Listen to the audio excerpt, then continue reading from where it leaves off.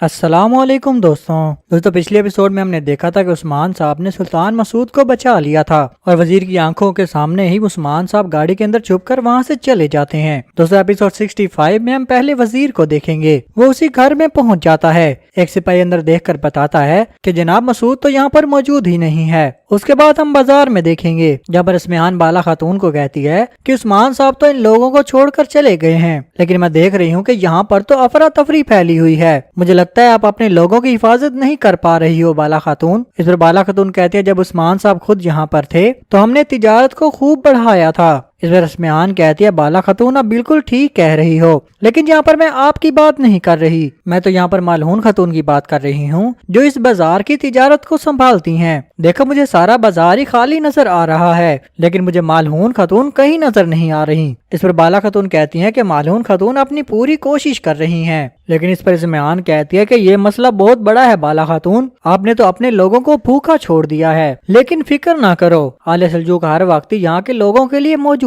हैं। फिर वो कहते हैं कि वालदा सुल्ताना होने के नाते मैं खुद इस बाजार को संभालूंगी। लेकिन इसी वक्त हम मालून खातून की आवाज सुनते हैं जो कहते हैं कि मैं ऐसा नहीं होने दूंगी। इस्मिहान उसे देखकर कहती है अच्छा तो मालून खातून तुम यहाँ पर आ ही गई हो, अगर तुम मुझे ये बाजार नहीं संभालने दोगी तो यहाँ पर तो कहत पड़ जाएगा। जिस तिजारती निजाम को आपने अपने हाथों से तबाह कर दिया है मैं उस निजाम को ठीक कर दूंगी, लेकिन ये फैसला भी मैं आप पर छोड़ती हूँ। अब बाजार में मौजूद तमाम लोगों के सामने मुझे ये बताओ, या तो अब बाजार की हकमियत मेरे हवाले करोगी या फिर यनी शहर में कारवां लेकर आओगी। इतने में मालून खातून सिपाही गुरबूज को आवाज लगा देती है तो वह सामान की बहुत सारी गाड़ियों के साथ वहाँ पर आ जाता है। सामान को देखकर तमाम लोग ही बहुत खुश हो जाते हैं। फिर मालून खातून कहते हैं वालदा सुल्ताना गौर से देख लें, किसी भी धोखे में मत पड़ना, ये बाजार अभी भी यनी शहर की हकमियत में है, हम इसका एक जर्रा भी किसी को नहीं देंगे। फिर वो सिपाहियों को हुक्म देती है कि ये सामान लोगों को फराहम करो। फिर तमाम काई सिपाही लोगों में सामान बांटने लगते हैं। दूसरी तरफ हम कोनिया के महल में देखते हैं जहाँ पर दुष्मन फकी और तुरहान जो कि सल्जूकी सिपाही के भेष में था, वो दोनों ही अलाउद्दीन को बचाने की कोशिश कर रहे थे। फिर तुरहान अलाउद्दीन के पास चला जाता है और अलाउद्दीन के साथ के सिपाहियों को कहता है कि सुल्तान दुष्मन फकी और अलाउद्दीन से मिलना चाहते हैं। दूसरी तरफ हम वजीर को देखते हैं, वो उस घर में सुल्तान मसूद वाले कमरे में पहुंच जाता है और देखता है कि सुल्तान मसूद तो वहाँ पर मौजूद ही नहीं है। फिर वो अपने सिपाहियों को कहता है कि हर जगह उसे तलाश करो और उसे तलाश करने के बगैर वापस मत आना।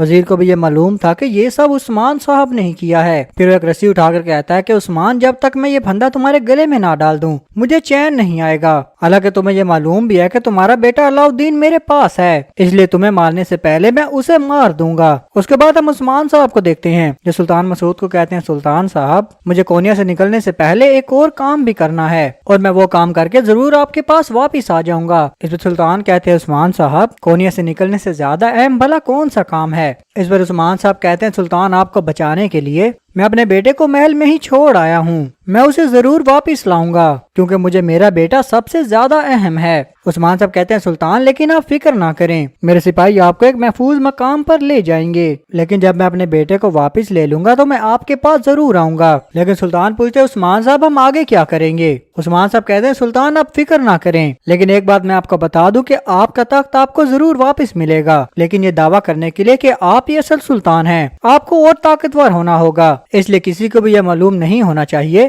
कि आप किस जगह मौजूद हैं और आप किस जगह जा रहे हैं। फिर उस्मान साहब अलाउद्दीन को बचाने के लिए उस गाड़ी से नीचे उतर जाते हैं। दूसरी तरफ हम अलाउद्दीन को देखेंगे जो दुष्मन फकी और तुरहान के साथ महल से बाहर निकल आया था, लेकिन कुछ कोनिया के सिपाही उन्हें पीछे से रोक लेते हैं। फिर दुष्मन फकी तुरहान को कहते हैं कि तुम अलाउद्दीन को लेकर यहाँ से चले जाओ, इन सिपाहियों को मैं खुद देख लूंगा, और वो लोग ऐसा ही करते हैं। उसके बाद अलाउद्दीन और तुरहान जब आगे बढ़ते हैं तो सामने से उस्मान साहब भी आ रहे थे। उस्मान साहब अपने बेटे अलाउद्दीन को देखकर बहुत ही खुश हो गए थे, लेकिन इन बाप और बेटे के दरमियान बहुत सारे मंगोल सिपाही आ जाते हैं और ये देखते हुए उस्मान साहब भी अपनी तलवार निकाल लेते हैं। इतने में हमें बुरहान की आवाज आती है, वो कहते हैं कि जनाब हम आ गए हैं। फिर उस्मान साहब के और सिपाही भी मिलकर मंगोल सिपाहियों पर तीरों की बारिश कर देते हैं और इस नेक काम में उस्मान साहब और तुरहान भी अपनी तलवार का जलवा दिखाते हैं और एक एक करके वहाँ के तमाम दुश्मन सिपाहियों को जहन्नुम वासिल कर देते हैं। तमाम दुश्मन के खत्म होने के बाद अलाउद्दीन आगे बढ़ता है और अपने बाबा को गले से लगा लेता है। उस्मान साहब भी कहते हैं बेटा मैं तुम्हें कभी भी अकेला नहीं छोड़ूंगा। उस्मान साहब और बाकी सिपाही तो निकलने में कामयाब हो गए गए थे,